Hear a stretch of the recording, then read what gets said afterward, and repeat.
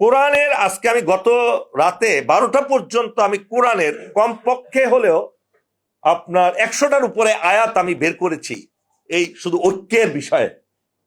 আমি দেখলাম যে আসলে আমরা মুসলমানই না। যদি ওই ওই কোরআনের আয়াতগুলো আমরা দেখি তাহলে আমরা মুসলমানিত্বের মধ্যে নাই। সাপোজ মাহমুদ ভাই আমার দেশের সম্পাদক, মাহমুদ ভাইয়ের চিন্তাধারা, উনি যে পলিসিগুলো তৈরি করেছেন ওই পলিসির বাইরে সেখানে কেউ কাজ করে কি আমার দেশে থাকতে পারবে? সহজ হিসাব।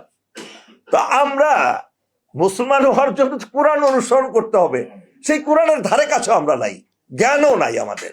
বাংলাদেশের এখন একটা ঐতিহাসিক প্রেক্ষাপটে সংক্ষিপ্ত ভাবে বলছি, বিশ্ব মুসলিমের ঐক্য করার জন্য সর্বপ্রথম উদ্যোগ নিয়েছিলেন কিং ফয়সাল।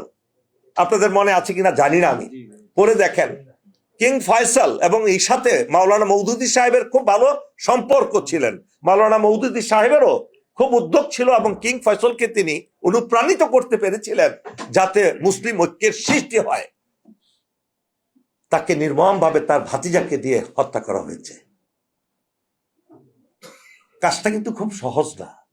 যখনই আপনি ঐক্য করতে যাবেন, একটা আধিপত্যবাদী শক্তি, ইসলাম বিরোধী শক্তি, ইহুদিবাদ, জায়নিজম, খ্রিস্টানিটি এবং হোয়াইটিজম এবং আরেকটা শক্তি ইসরায়েল, এর সাথে যুক্ত হয়েছে আমাদের ভারতীয় আধিপত্যবাদ।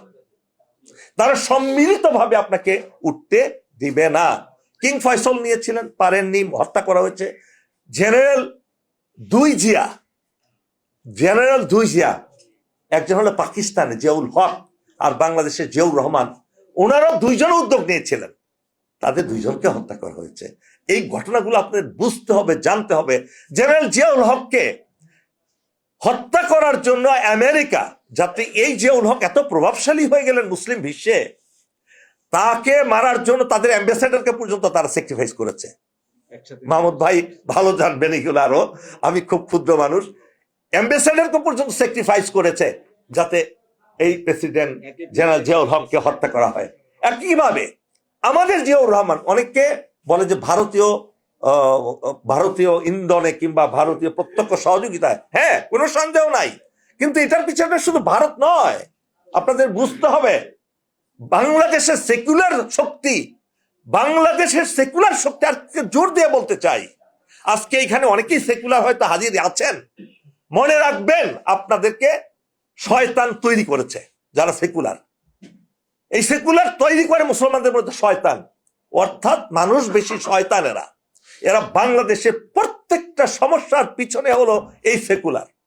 শেখ মুজিবকে, সে ছিল মডারেট একজন গণতান্ত্রিক ব্যক্তিত্ব, তাকে এই কমিউনিস্টরা, এই সেকুলাররাই কিন্তু তাকে পরিবর্তন করে এক নেতা এক দেশের মধ্যে নিয়ে যায় এবং আলটিমেটলি তার জীবন শেষ করতে হয়। একইভাবে জিয়াউর রহমানকেও।